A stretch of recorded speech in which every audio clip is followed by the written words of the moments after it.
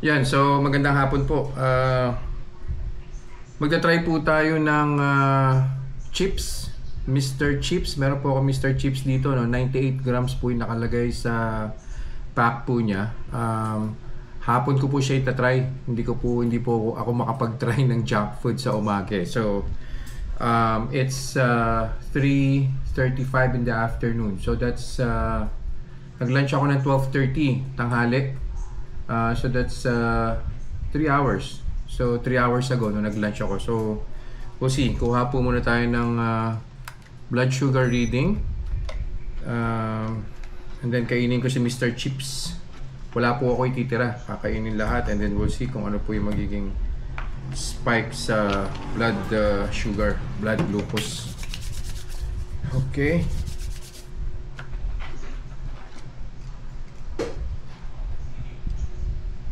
Tingnan natin.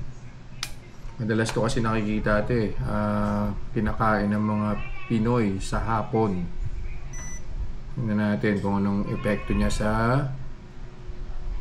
diabetic person.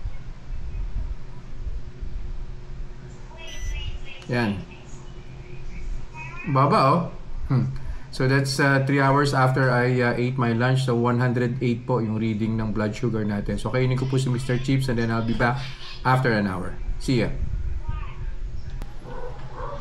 Ayun po. So nakaisang oras na. So kuha na po tayo ng blood sugar reading. Kumain po tayo ng Mr. Chips today. And yeah, we'll see. Taas kaya ang impact sa blood sugar? We'll find out.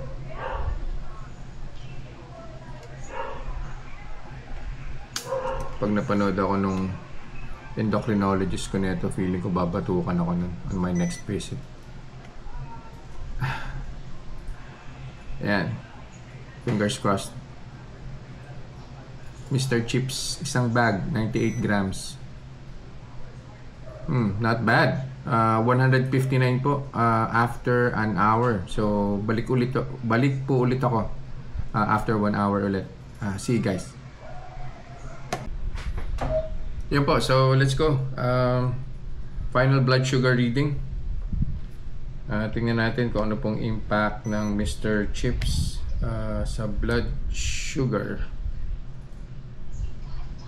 Okay.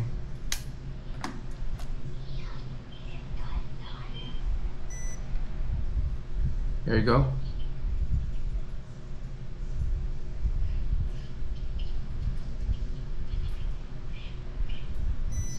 Yan po.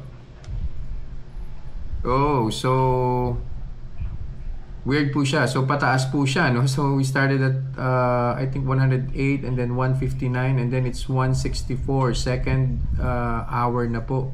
Kuha ulit ako ng blood sugar after an hour po. We'll see kung ano magiging reading niya on the third hour. Yun po. So, first time po nating magkukuha ng blood sugar reading on the third hour. Just to make sure na pababa na po yung blood sugar natin after eating the Mr. Chips today. So, we'll see. We'll see.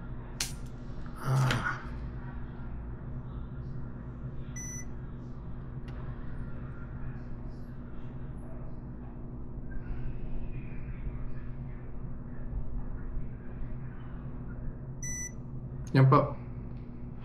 Yan. So, 115 po yung reading after 3 hours. So, yeah.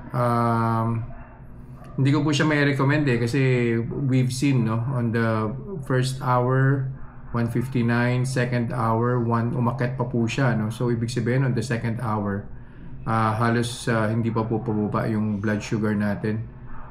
So ngayon lang po siya bumaba on the third hour. So I wouldn't recommend kasi it's a meal in between. Pagkatapos mo mag-lunch, kakain ka nun, merienda, tapos maya-maya kakain ka na ulit ng dinner. So yeah, not recommended po. See you guys in the next vlog.